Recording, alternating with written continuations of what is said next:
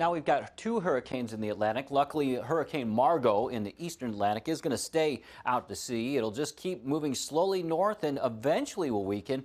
But yes, that stays away. Now, Hurricane Lee will stay away from here, but will it, impact Bermuda? Will it have an impact on the northeastern United States? So let's answer some of those questions. Let's take a look. So there it is, the latest tracks of both. By the way, Margot has winds of 85 miles an hour, Lee 115 miles an hour. So there's the track of Margot, but this is the track of Lee.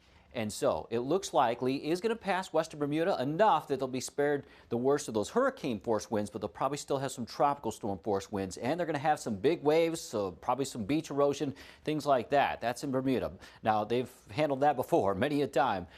So what happens after that point? It moves northward, and the latest most likely path is up there around Nova Scotia, but this is the possible path, the cone of uncertainty. And so Maine, the coast of Maine is in that, and even on the edge of it is eastern Massachusetts around Nantucket. And so it could get in here into this bay and create some big problems because it's going to force a lot of water up into that zone. So here's the latest winds on it, the GFS and the European.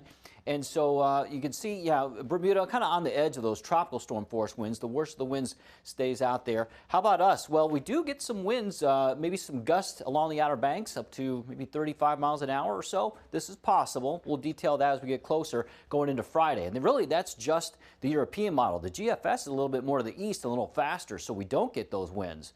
And then, well, yeah, both of them are going up northward. The GFS affects Nova Scotia, but the European model is a little bit more to the west. And if this sits, again, in this body of water, it's going to push all that water up. There'll be a storm surge and a lot of wind up there. It'll be like a nor'easter just sitting off the coast. So we'll stay tuned for updates on that. For us, we already have an impact here. We're getting some waves. Surfers, it's awesome, but for swimmers, it's not good. We've got a high risk for rip currents up and down the beaches. That'll be the case today and for the next several days. So, satellite radar. In the meantime, we've got this stationary front to the west that's falling apart. This cold front is going to move in here soon, tomorrow, and that's going to bring us some awesome weather. Today, though, 89 degrees, feeling like 94. Tomorrow, 83, but we're in the upper 70s and dry Thursday and Friday, and even dry for the weekend. I mean, that humidity stays down for a while. It goes up a little Sunday, but still not bad, not compared to what we've had recently.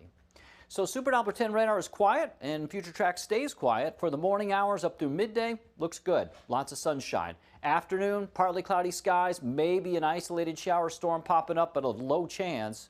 Tonight, stray shower storm. And then tomorrow, we're going to have some scattered showers and storms out there. It's not going to be a washout. It's not going to be all day, but I think at least up through the early afternoon, we'll have rain. I'm kind of interested to see what happens here in some future updates because some other models have that rain continuing into the afternoon. So today, 88 Virginia Beach, 89 Norfolk, 90 in Chesapeake and Elizabeth City. Heat index going to be in the low to mid 90s.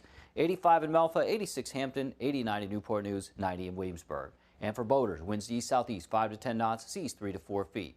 So your 7-day forecast shows a 60% chance of rain tomorrow, and then we're in the upper 70s and drying out Thursday, Friday, and we're dry for the weekend. Looks good. Highs will be near 80 or low 80s.